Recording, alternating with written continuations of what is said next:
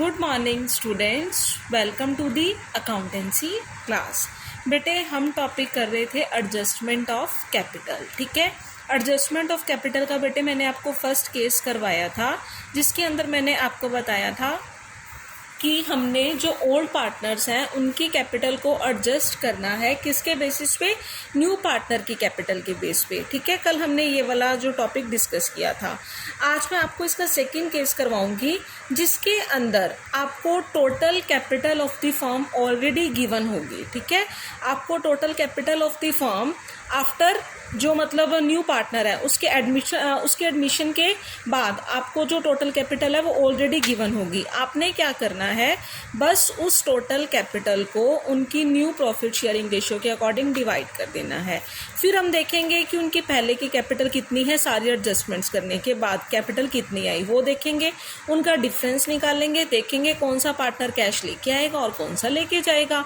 अगर लिखा हुआ है कैश में एडजस्टमेंट करनी है, अगर लिखा है करंट अकाउंट में करनी है तो बैलेंस जो है वो करंट अकाउंट में ट्रांसफर हो जाएंगे। तो देखते हैं बेटा कैसे करना है। तो देखो मैं आपको इसके लिए एग्जांपल नंबर 27 करवाऊंगी एनसीईआरटी की बुक की। तो देखिए, A, B and C are partners in a firm sharing profits in the ratio of 3:1। तीन पार्टनर हैं A, B और C। D को एडमिट करा गया है कितने शेयर के लिए, 1/4 share, which he gets as 1/8 from A and 1/8 from B, जो कि उसने 1/8 A से लिया है एंड 1/8 उसने B से लिया है।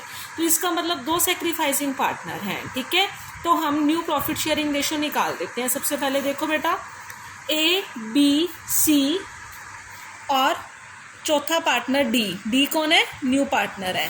A, B, C तीन ओल्ड पार्टनर है। रेशियो क्या है, 3:1, दैट इज 3/6, 2/6 और 1/6।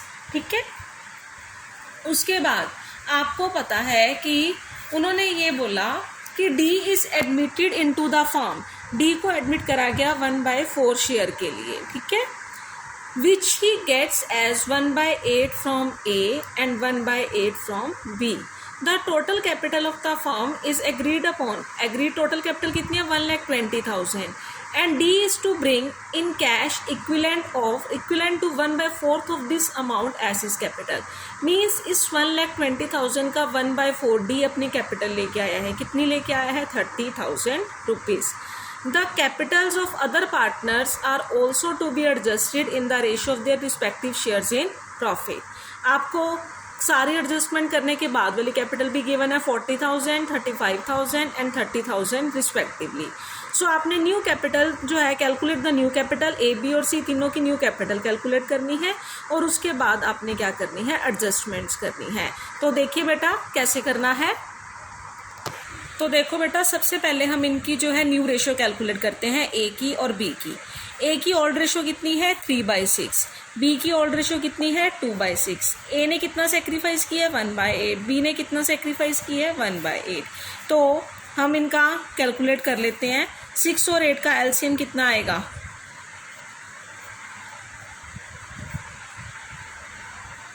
24। इसका भी कितना आया, 24। 24 को अगर 6 से डिवाइड करेंगे कितना आता है, 4, 4 × 3 12। ठीक है, और इधर 3, 9/24। इधर कितना आएगा आपका, 5/24। अब ये तो A और B की आई है। C का शेयर बेटा 1/6 था, किससे मल्टीप्लाई करें कि इसका बेस भी 24 हो जाए, 4 से करना पड़ेगा, तो 4/24। D 1/4 शेयर लेके आया है, तो इसको भी किससे मल्टीप्लाई करें, 6 से करना पड़ेगा, तो 6/24। तो न्यू रेशो क्या आ गई, 9:5:4:6। ये आपके पास न्यू रेशियो आ चुकी है। अब हमें टोटल कैपिटल गिवन है। टोटल कैपिटल आपको कितनी गिवन है बेटा, 1,20,000। आपने इस 1,20,000 को इस रेशो में डिवाइड कर देना है। 9 5 14, 14 4 18, 18 और 6 24। तो A, B, C और D। 1,20,000 इंटू 9/24 कितना आया, 45,000।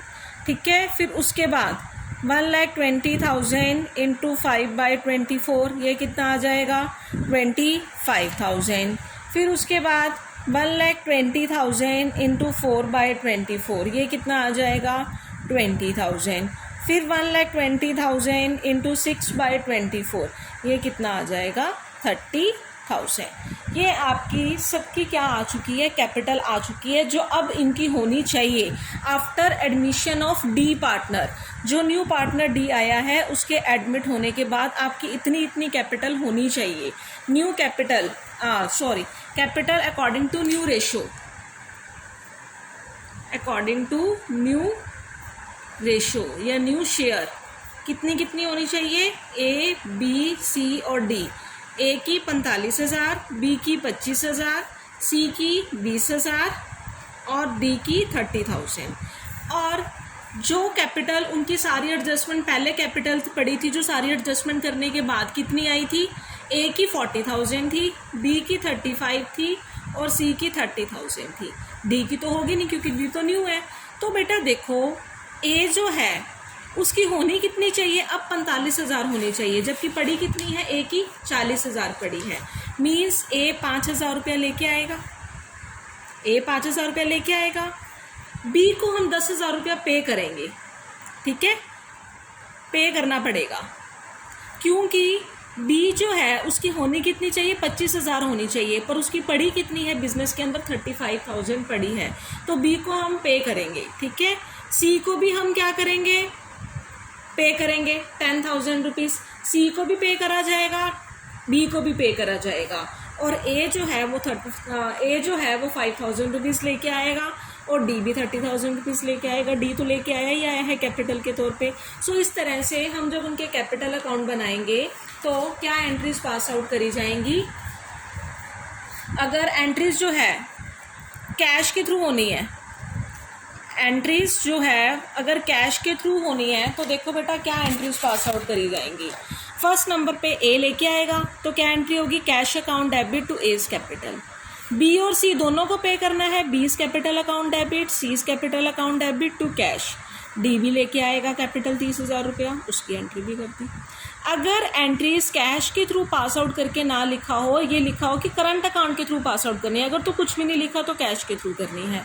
अगर लिखा हुआ है करंट अकाउंट के थ्रू पास आउट करनी है तो क्या होगी, first entry A's current account, जहाँ जहाँ कैश आना था ना बेटे अब वहाँ वहाँ करंट अकाउंट आएगा। A's current account debit to A's capital, B's capital account debit, C's capital account debit to B's current to C's current. जो डी पार्टनर है बेटे वो तो कैपिटल लेके आएगा ही आएगा in the form of cash, तो ये एंट्रीज पास आउट होगी। बस जो आपके एग्जिस्टिंग पार्टनर थे ना उसकी एंट्रीज में चेंज आएगा।